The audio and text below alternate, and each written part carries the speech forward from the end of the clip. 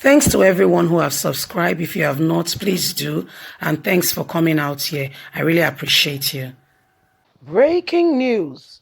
Notorious Awkuzu Sars officer James Nwafor to face persecution. Nwafor.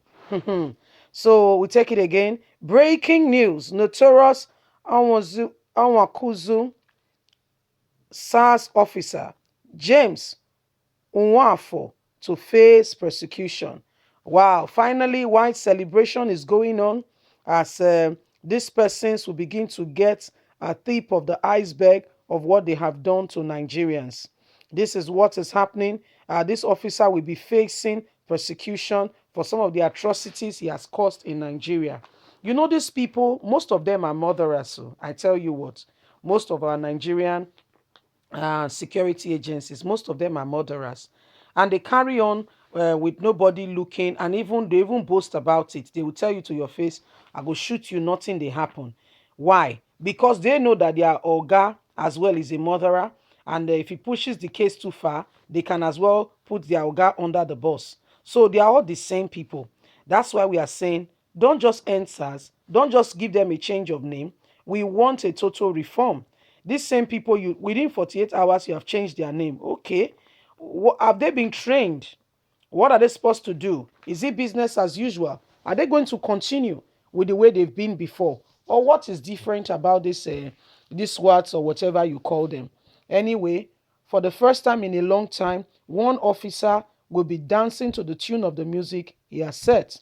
Let's get straight into the news and get all the details. The governor of Anambra State, Obina, has announced that SCSP James Nwafor, a notorious special anti-robbery squad officer, will face persecution. That is his face. That's the man. He will face persecution. He will face persecution. So thank God. He will face it. Thank you, Governor of Anambra State. Obin made the announcement earlier today after visiting the Sars office in the state.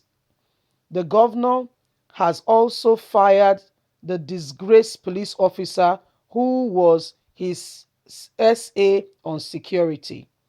Nwafor has been trending on social media since the NSAS protest began after being accused of gross misconduct, torture, and killing. Several victims has come out on demand of justice, revealing troubling information on their encounter with Nwafor.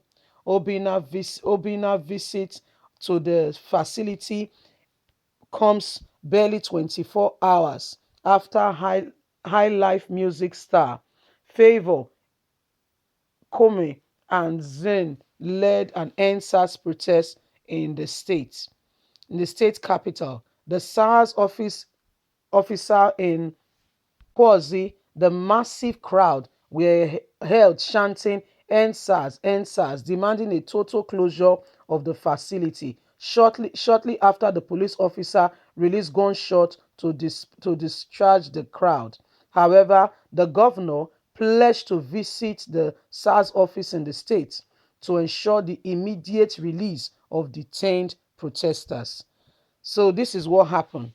He is used to killing. He's used to people we have been talking. You need to hear. Please go on social media and just type James Nwafor. You will see what people have been saying about this man. If you are his daughter or his son, I feel for you. Please go and pray so that your father's sin will not come upon you. This man has committed too many atrocities, too many to mention. You know, I mean, I can't understand it. Why one man will be so wicked. I tell you what, it's in them, but they've not had the opportunity to express it. You see, so as soon as they have the opportunity, nobody looking, of course, they jump into it, right into action. As soon as they have the opportunity, they jump into it and begin to do their own thing because nobody is checking, nobody is investigating, nobody is putting eyes to say to put check and balances here to say this is wrong, what you have done now, this is unacceptable. Nobody. So they carry on with business as usual as if it's normal. This is what they do. This is how they carry on. Many of them, oh, this you're just not Mr. James. So there are so many of them all over the place. This is what they do. This is how they carry on. This is what they do. You see, but once upon a time, children are growing up, and we are demanding our right. You cannot, I mean, you have pushed us far too much to the wall, and it is time to come back and say, we cannot take it anymore. You see, we cannot take it anymore. You can do this and get away with it. That was then. But guess what? It cannot happen anymore. You see, you heard what the what's it called? The army is planning with Buhari to bring about the military into our streets to end the SARS protests at all costs. You hear what different whatever that has been going on, speculations and what have you. This is what they are doing. You see, they don't have a single respect, not just for themselves, but for the people.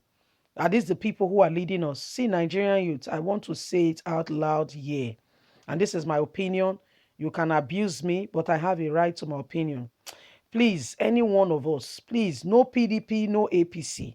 These are not leaders. They are not leaders. They are not leaders. I tell you, I repeat it again, they are not leaders. These are just, they are the ones destroying the country. They are the ones destroying Nigeria.